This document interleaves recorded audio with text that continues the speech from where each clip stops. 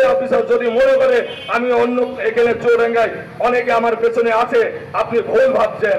আপনার তাদের সহ কিন্তু মানে এখন তো সাধারণ প্লেয়াররা আপনার কাছে ভালো কিছু বলছে, কিন্তু লাঠি সুতা নিয়ে আপনাকে দাঁড়াবো, কিন্তু আপনি কোনো রকম সুযোগ পাবেন না। এই জন্য আপনাকে বলছি সসম্মানে চৌরাঙ্গা ছেড়ে চলে যাবেন। এই মানববন্ধনে এবার বক্তব্য রাখছেন চুয়াডাঙ্গা জেলা ফুটবল দলের সাবেক অধিনায়ক বিপুল হাসান হাজি।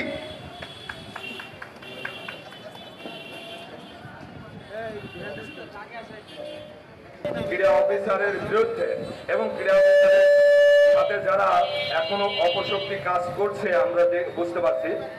আজকে যে ছাত্রছাত্রীর রক্তের বিনিময়ে এই স্বৈরা শাসনের বিরুদ্ধে যে স্বাধীনতা পেয়েছি, সেই স্বাধীনতা আমাদের রক্ষা করতে হবে। রক্ষা করতে গেলে এই অপশক্তিকে আগে সরাতে হবে। তাই ওই অপশক্তি হচ্ছে ক্রীড়া অঙ্গনের একজন অ্যালার্জি, সে হচ্ছে আমাদের ক্রীড়া অফিসার।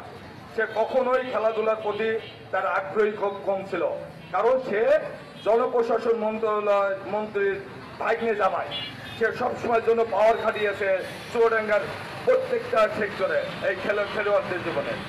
কারণ খেলাধুলা মাঠে না থাকলে ছেলেমেয়েরা মাঠে যাবে না, খেলাধুলা নাই কিভাবে মাঠে যাবে।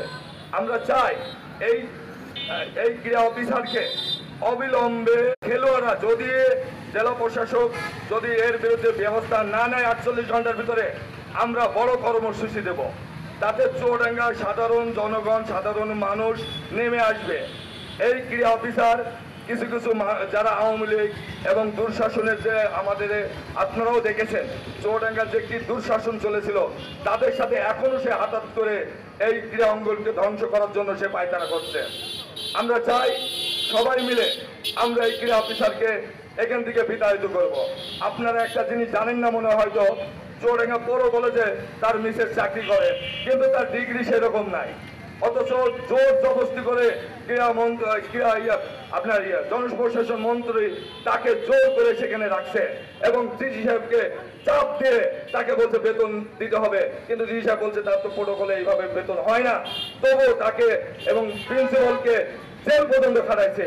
আমরা চাই না যে সেই দুঃশাসন আবার ফিরে আসুক, এই ক্রীড়া অঙ্গনকে যেন দুঃশাসনে পরিণত না করে সে, এবং তার বউকে আমরা চাবো এই চৌরাঙ্গার ভাষী থেকে এখান থেকে সরাই দিতে। এবং ক্রীড়া অফিসার যদি মনে করে আমি অন্য এখানে চৌরাঙ্গায় অনেকে আমার পেছনে আছে, আপনি ভুল ভাবছেন।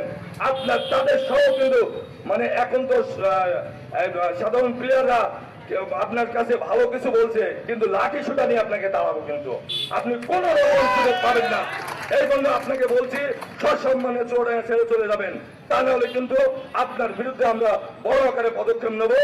আপনার জেলা প্রশাসক যদি ব্যবস্থা না নেয় তাহলে কিন্তু আমরা নিজেরাই ব্যবস্থা নেব।